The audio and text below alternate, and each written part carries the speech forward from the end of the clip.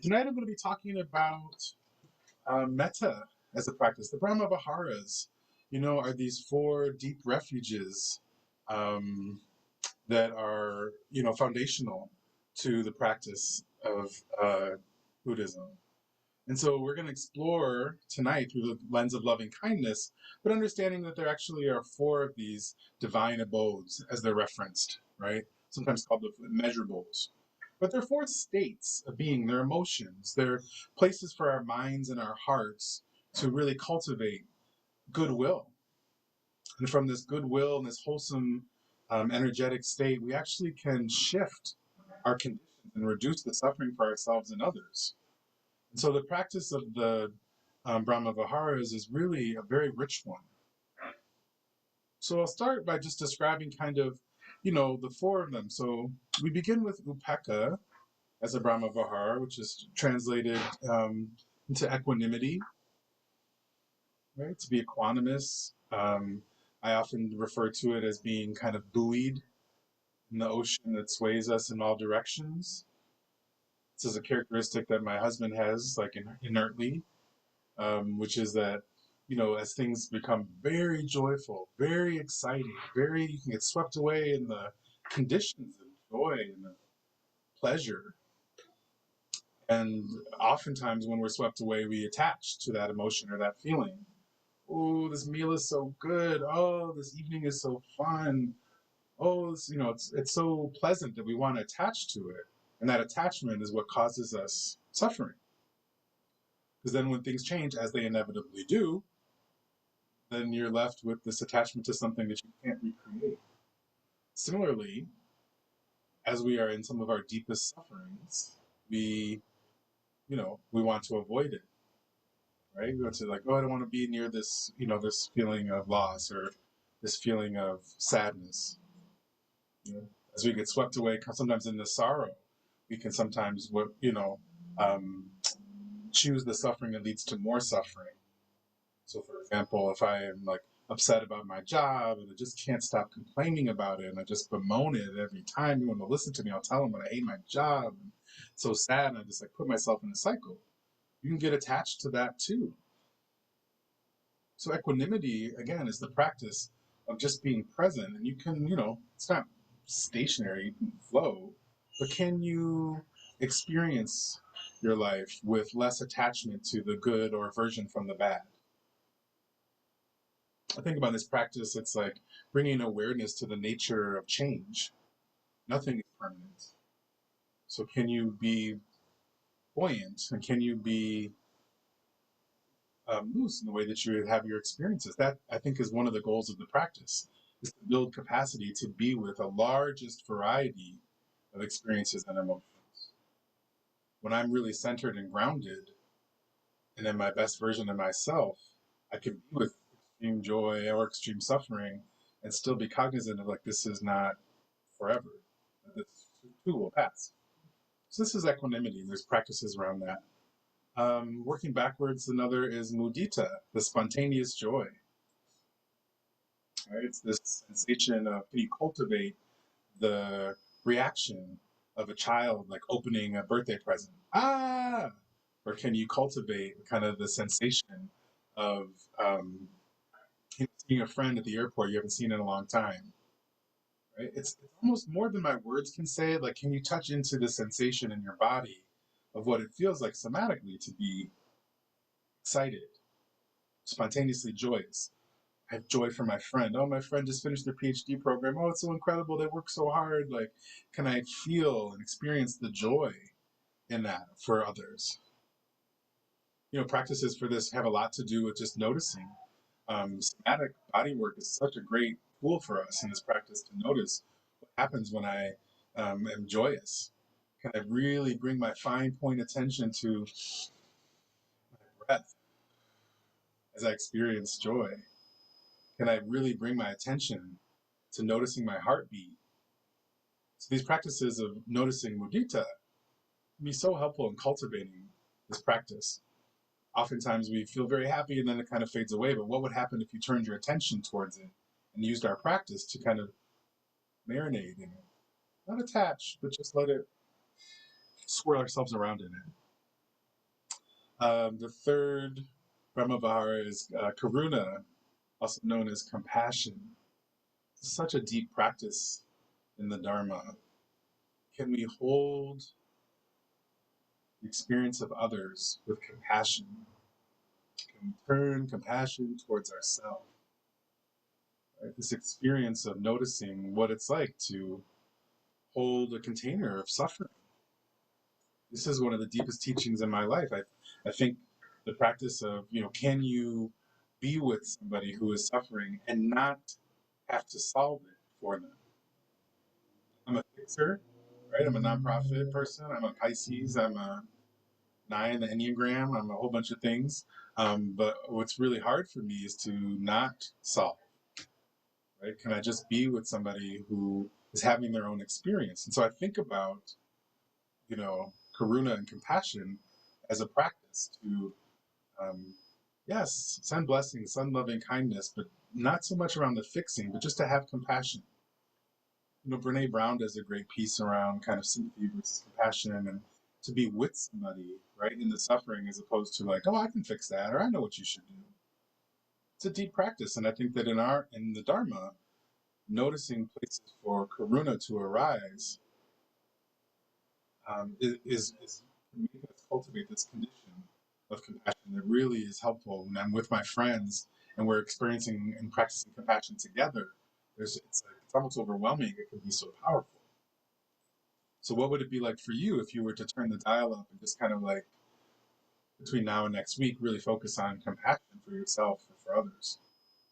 So I'm going too far afield. So now I'm going to land the plane on loving kindness. Here we go. Mettā. Raise your hand or make a little signal if you have a mettā practice. Just a few people. So I'll talk about it very generally. This practice of loving kindness is so helpful in cultivating these conditions for ourselves and for others. Loving kindness literally is cultivating a feeling of love and kindness that you can send to yourself and to other people.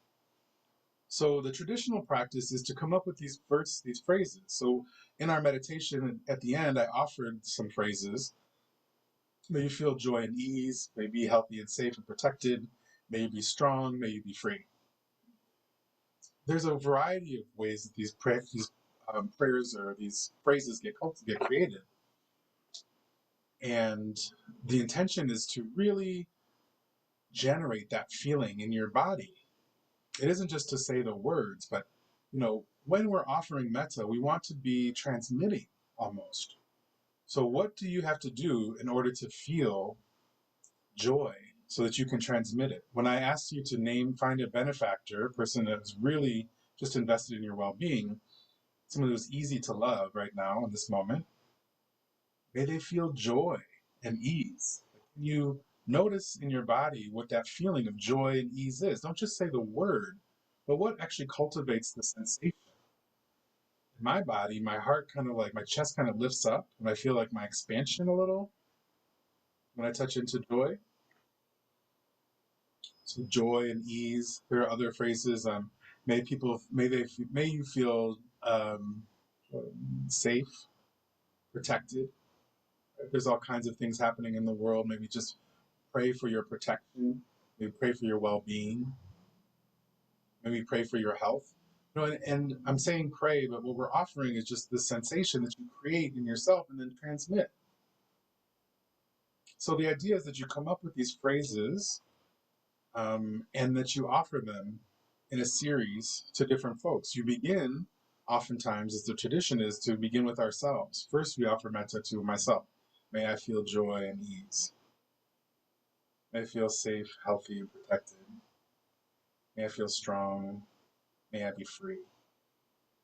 Sometimes mettā for myself is hard. It's very difficult to kind of offer myself something. It feels selfish sometimes. I've been working on it for years so I can get there, but just acknowledging that can be difficult. The second person we offer to is generally the benefactor. This is what we've already done tonight. Finding the person that's easy to love and easy to share and cultivate those warm feelings for, and then offering. The third part in the practice is to offer loving kindness to the unknown person. So this practice is, it could be the cashier at the grocery store whose name you don't know, but who offered you the service. Or it might be someone that you notice crossing the street, just locked eyes with for a moment. Somebody who isn't known to you, but you can still generate that feeling. May they feel joy, may they feel ease, and then offering that to them in the world. The next person in the series is known as the unknown person. I'm sorry, is the difficult person. So in this practice, I invite you not to choose the most difficult person. Right? I think that there are people who, you may have been very close with at one time, but have strayed, kind of like grown away from, or maybe it's somebody that you have a little argument with that will likely resolve, but not to choose someone that takes a lot of energy to kind of like cultivate goodwill for, but like, well, they're not great, but right now I do still want them to have a good life, so let me choose this person. Maybe they're not my favorite person right now, but they're difficult to kind of like share with. These feelings of goodwill, compassion, loving kindness. But in the practice of choosing someone who's difficult, what I have noticed is that with consistent metta practice, I have actually changed my thinking and my feeling about people. I'm seeing a couple of heads nod, but I actually am sincere and I start a little bit at a time. I actually can shift the way I'm thinking about the person, which absolutely changes the dynamic when I meet them again in person. So it's worthwhile to practice metta for the difficult person. You may be surprised at what you're able to shift. And typically we land in the offering metta to all beings in every direction. It's overwhelming perhaps, but I like to think of it as kind of a beacon, right? If I can sit here and cultivate this goodwill, loving kindness through these series of offerings, I just end up kind of like opening my energetic field and being able to offer to all beings in every direction. Imagining that it might start somewhere in my open heart and then radiate outwards, and it may hit people and beings and bugs and birds and fish in every realm, just like moving from me outward into the globe. Yeah, it's a quite pleasant practice if you can work up to it. So, what queering metta looks like to me is doing what we always do, is making it fit our needs, right? In a world where I have felt denied access, where I have felt othered because of who I love and because of my identity, it has been a difficult but important skill to build to get what I need anyway.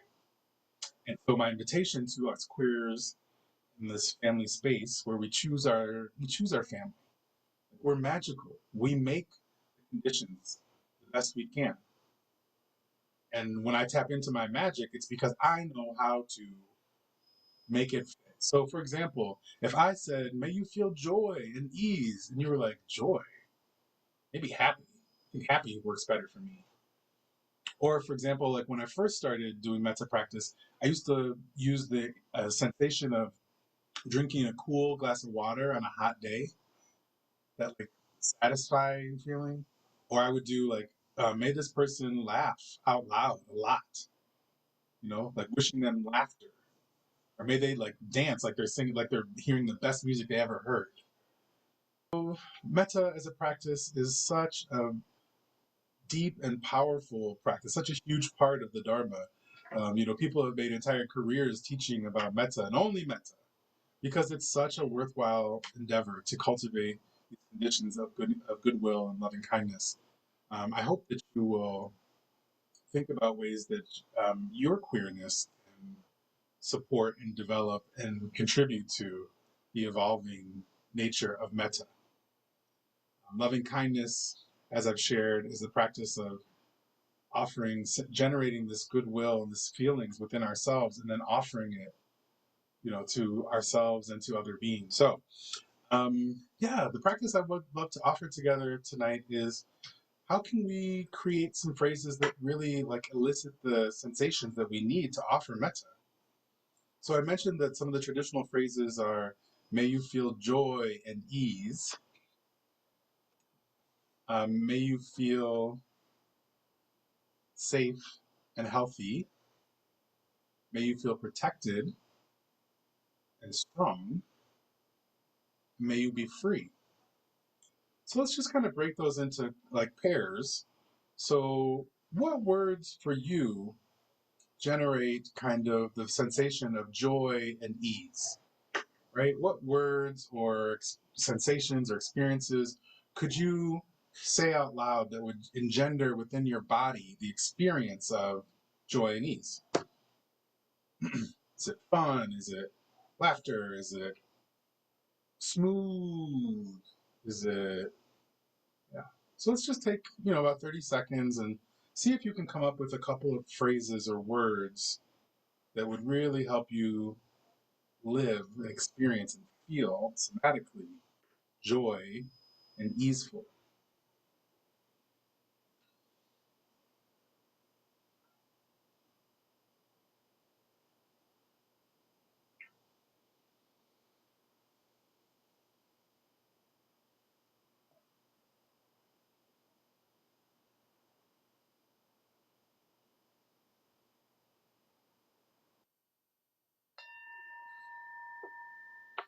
Righty. You may continue working on those feelings of joy and ease.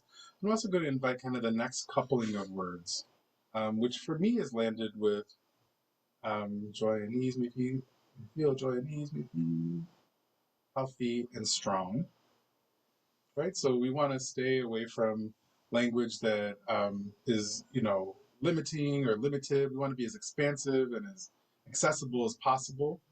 So whatever words or experiences or sensations arise, you know, what is what words can you say in this prayer, in this blessing, or in this practice of loving kindness to make people feel healthy and safe?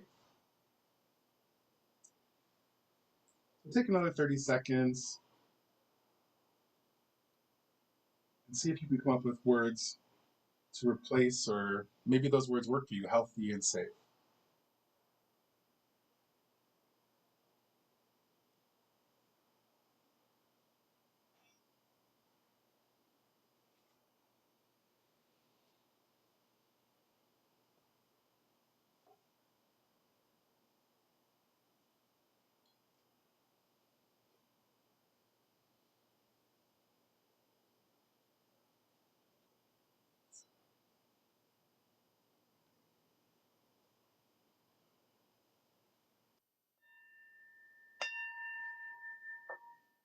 You can continue to work on those words if it feels good. I'm also going to invite us kind of into another phrase, another pair of words, and that is protected and strong. These words may resonate for you to continue using, or you might consider something outside of the kind of protected and strong framework. Maybe you don't believe that people need protection, and maybe you want to, instead wish them alignment. Or maybe you feel like strong is too broad a word, and you want them to feel, grounded or centered. The goal is just to try on as many of these as possible and see which ones resonate when you say them out loud. So let's take another 30 seconds and we'll just think about words that cultivate feelings or sensations similar to protection and strength.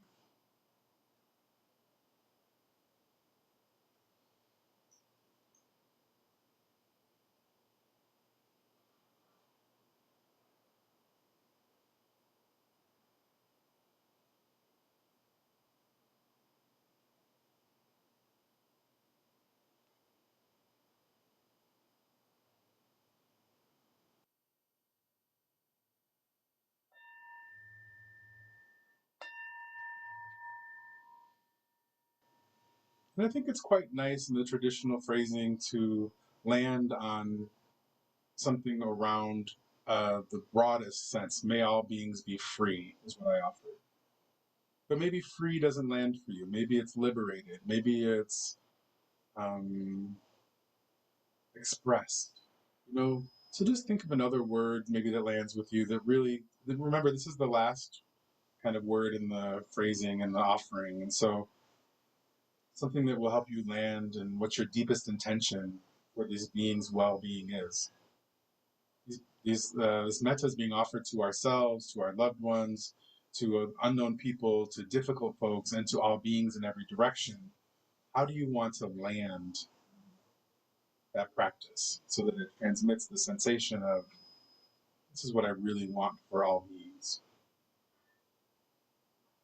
Another little game to play is, I learned this from Sharon Salzberg, Liberated, it's a good one, is to set your loving kindness and metta phrases to a tune, to set it to a practice of tunes. So I've told Renee this already, but when I was a boy, I was in the Chicago Children's Choir, and there was Vibrant's good too. Sorry, I was in the Chicago Children's Choir, and we had this beautiful song called the Threefold Benediction. And there were lots of harmonies and pieces, but I was just struck by the simple melody of it. And so that song stuck in my head for years. And so when the invitation to say, well, can you match your metta prayers with a song? It was the first one that came to mind. And so I set it to the song. Like, here it goes. It goes like this. May I feel joy and peace. May I be safe. May I feel healthy and strong. And may we all be free. Yes, say it in Spanish. So that song literally plays in my head when I think about the phrases. I think the offering of setting it to the tune, you might try Happy Birthday. May you feel joy and ease. May you feel happiness and strength. May you feel loved. And may all beings be free. Or Twinkle, Twinkle, Little Star. May all beings be so safe, healthy, strong, and full of joy. You know, I don't mean to be like cavalier about it, but I just think it's something you can play with. And like, aren't we always making our own way? Isn't that who we are as people? And so, won't you please use your queer magic to turn these phrases into something that really resonates in you, so that when you tap into them, they just feel good, because that will transmit and that will serve the purpose of the metta loving kindness prayers. I realize I'm being a little silly, and I want to convey that the metta practice is deep and powerful. And I am living proof that if you turn up your practice in a way to offer metta to yourself or to the benefactor, to the unknown person, to the difficult person, or especially if you feel the practice of offering loving kindness to all beings in all directions, it can really ground and shift, kind of the way we see the world. Metta is often called on in moments of difficulty, often called on to help us ground and stay present in difficult times. I want to also acknowledge that everything I've shared tonight is really from my perspective and lived experience. There are so many wonderful ideas and ways to practice metta. I really encourage folks who maybe are sparked curiosity, do a little Google, do a little research, because there's so many wonderful books about it, and it is a foundational practice to the Dharma. It is such a wealthy place to really worthwhile endeavors to invest in learning how to offer loving kindness to ourselves and to others. Real quick before they come back, if you have trouble offering metta to yourself, here's the practice Larry Yang taught me. If I can't say, may I be healthy, may I be strong, that feels too personal, too selfish. Maybe I can walk it back a little bit and say, may I eventually wish to be healthy and strong, right? So it doesn't feel like I'm just making the request, it feels like I'm working up to it. May I someday eventually get to the point where I can wish myself to be healthy and strong. So if it feels good to practice that, I'll just kind of walk it back. So if you want to find a space that feels comfortable, but also alert, you might have a few deep breaths together, breathing in through the nose And out through the mouth. Just opening our awareness and noticing from our practice period to the talk about the Brahma Viharas and mettā, leaning into and remembering the conversation or the practice if you were in the large room, just noticing all that's happened already tonight. Having another breath in through the nose and out through the mouth.